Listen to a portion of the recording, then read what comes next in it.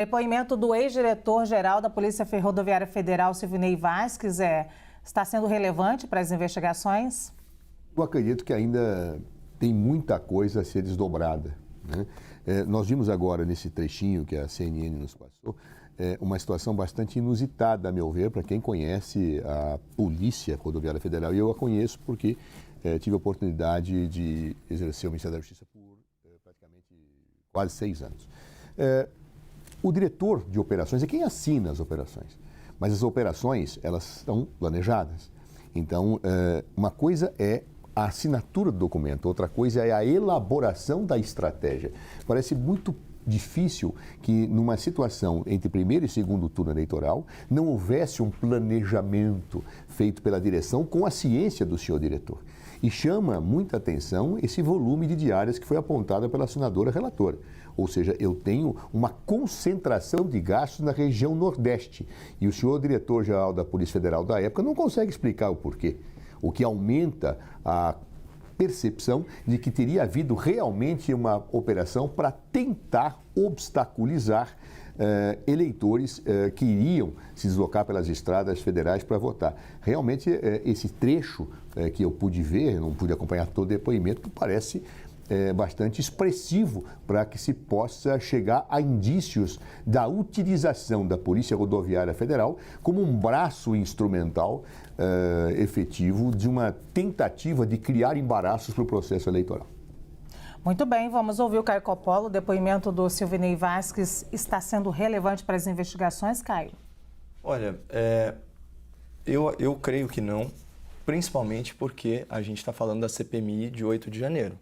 Então, você estabelecer uma relação entre essas duas coisas é infinitamente complexo, né? Eu não consigo ver como uma coisa é conexa à outra, né? Especialmente, vamos analisar aí de forma desapaixonada, né, o que alegam os teóricos do golpe de Estado, nesse caso, da suposta instrumentalização da Polícia Rodoviária Federal. Bom, segundo eles, né, a PRF ela é instrumentalizada para tirar votos de Lula da Silva no Nordeste. E por que essa tese não faz muito sentido? Não, eu estou sendo muito gentil com as palavras. Por que essa tese não faz nenhum sentido? Porque as forças de segurança do país, inclusive somadas, elas não possuem efetivo suficiente para causar qualquer impacto estatístico na votação, seja no Nordeste, seja em qualquer outra região. Então vamos retomar os números, né? Primeiro turno, em relação a Jair Bolsonaro, Lula vence por mais de 6 milhões de votos, precisamente 6.187.000 votos.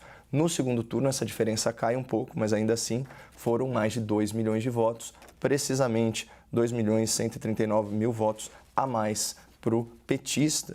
Então, assim, pessoas que ocupam a cúpula de órgãos públicos, elas podem ser chamadas ou costumam ser acusadas de muita coisa, raramente de burrice.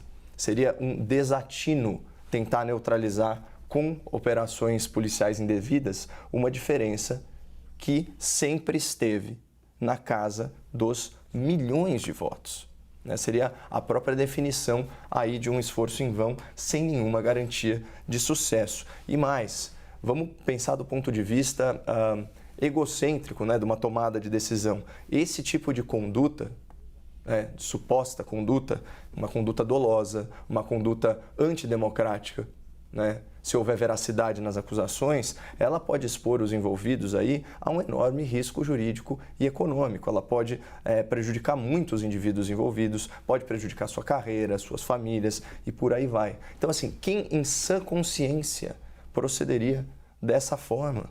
Não faz sentido nenhum, né?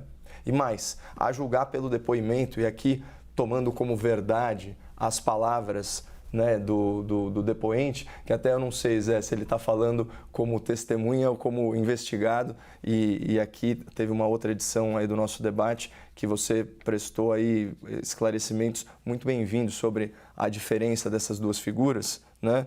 A julgar pelo depoimento dele, eu estou tomando aqui as palavras dele como verdadeiras, as operações, via de regra, não impediram que os eleitores votassem, apenas atrasaram a realização desse direito, o que também a gente lamenta, mas entende caso a Polícia Rodoviária Federal estivesse executando de forma proba e devida o seu trabalho.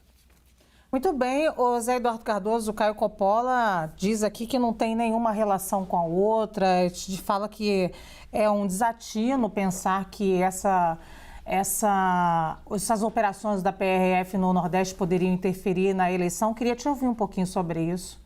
Olha, Luciana, o Caio usou uma expressão muito interessante. Ele falou que em sã consciência ninguém faria isto. E talvez seja verdade. O problema é que nem sempre as consciências são sãs, né?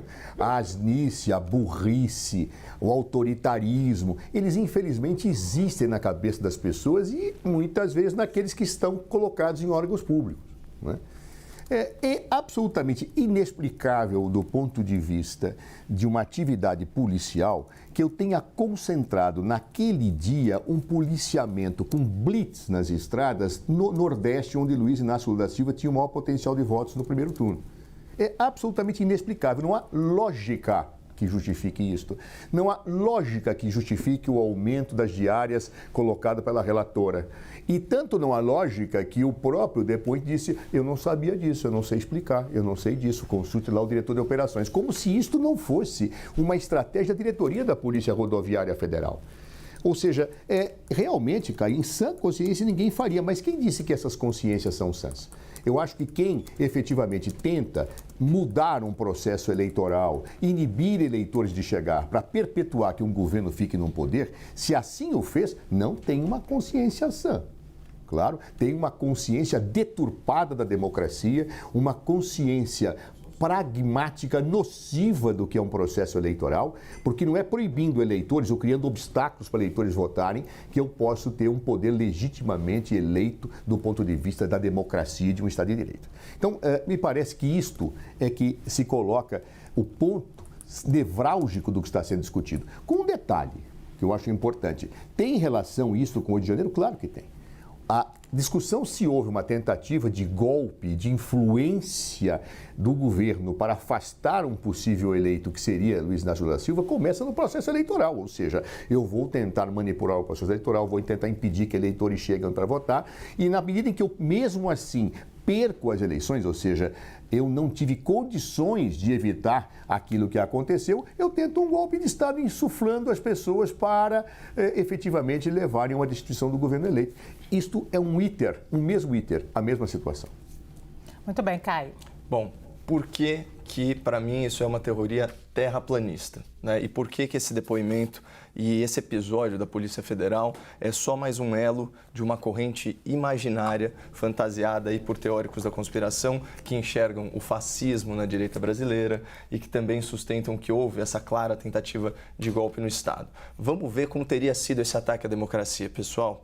Seria um golpe instigado aí por algumas poucas centenas de eleitores inconformados, né, e um punhado de vândalos infiltrados nesse movimento. Aí essa turba, ela se dirige à Praça dos Três Poderes e só consegue invadir e depredar os prédios públicos de Brasília graças à negligência de integrantes do novo governo. Por quê? Porque tinham plena ciência dos riscos, foram avisadas antecipadamente, em alguns casos foram flagradas por câmeras de segurança, facilitando o cometimento desses crimes. Bom, voltando aos manifestantes, eles não tinham nenhum apoio militar, nenhum apoio midiático, não tinham apoio popular, não tinham apoio político e não tinham apoio institucional para depor o presidente eleito e já empossado há uma semana. Já era ele o comandante em chefe das Forças Armadas. Bom, supostamente, esses insatisfeitos queriam colocar no poder um ex-presidente que não tinha mais nenhum poder político, como eu disse, não tinha mais nenhuma ascendência sobre as Forças Armadas, que estava hospitalizado fora do país e que nunca instigou os seus apoiadores a promoverem tumultos após as eleições. E isso é um dado da realidade. Na verdade, no mesmo dia, né, no mesmo fatídico dia do 8 de janeiro, ele condenou as condutas criminosas, comparando-as com grandes manifestações da esquerda, que muitas vezes terminaram em violência contra policiais e depredação de patrimônio público e privado. Então, esse para mim é um golpe imaginado, é um golpe fictício, é um golpe implausível e, o mais importante, é um golpe que nunca foi tentado e nunca foi executado. E, de novo, eu volto aqui aos números, né? Principalmente porque vamos dizer assim, a interpelação, né, da senadora em relação ao ex-diretor da Polícia Rodoviária Federal, ela está bastante concentrada no segundo turno. A gente está falando aí de uma diferença de primeiro turno que era de 6 milhões de votos. No segundo turno, ela cai, tudo bem, mas, de novo, são 2 milhões de votos. Se a gente quiser, ainda por amor ao debate, né, abrir um pouquinho mais esse argumento, tudo bem, 2 milhões e 100 mil votos é o equivalente aí a um pouco mais de 1 milhão de eleitores. Mas como que a Polícia Federal Rodoviária, fazendo ações limitadas a um budget que foi falado aí na própria comissão de 3 milhões de reais distribuídos em 3 dias, vai conseguir causar qualquer impacto eleitoral? Não faz nenhum sentido e nesse ponto eu e o Zé concordamos. Seria assim de uma burrice pantagruélica, mas é aquela história, né, Zé? Tem tanto burro mandando em homem de inteligência que às vezes chegamos a pensar que a burrice é uma ciência. Talvez até você tenha um ponto nesse sentido, né? A gente não pode contar com a sanidade de todos os agentes públicos.